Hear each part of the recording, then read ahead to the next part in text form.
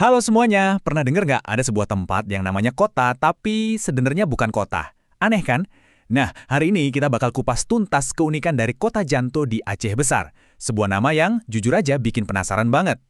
Nah, ini dia nih pertanyaan utamanya. Namanya ada kotanya, tapi kok statusnya bukan kota? Jadi, Janto ini sebenarnya apa sih? Tenang, jawabannya tuh lebih seru dari yang kita kira loh. Oke, jadi gini jawabannya. Kota Janto itu sebuah kecamatan. Yep, kecamatan.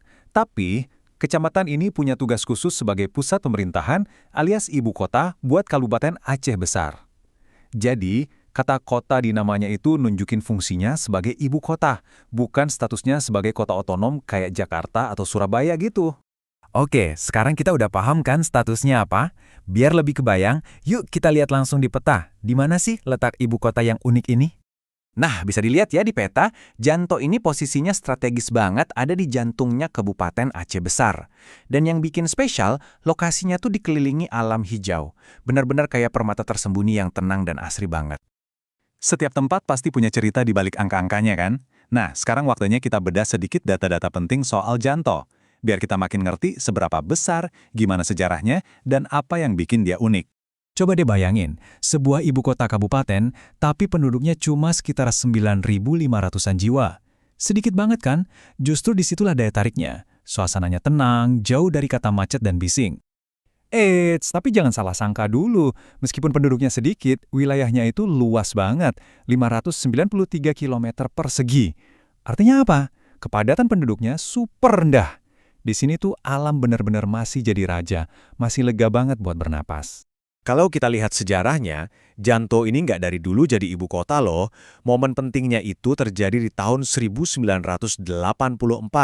Nah, di tahun itulah Janto resmi ditunjuk jadi pusat pemerintahan baru buat Aceh Besar. Prosesnya sendiri udah dirancang dari tahun 1976.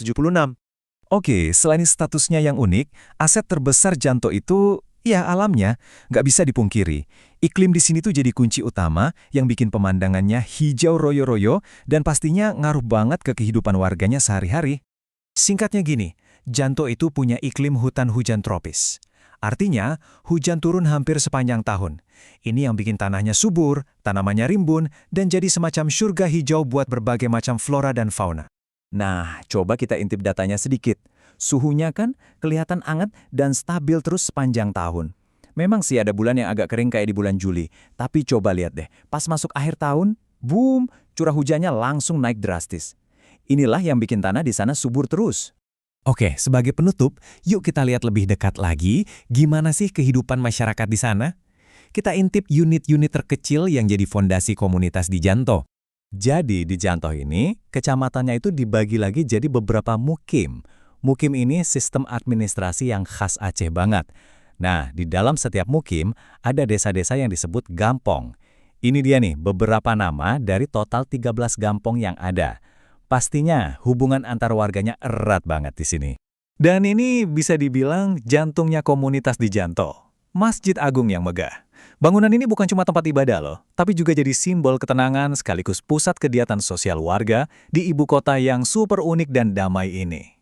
Jadi, kita udah lihat ya, statusnya yang unik, penduduknya yang sedikit, alamnya yang luar biasa, sampai ke pusat komunitasnya.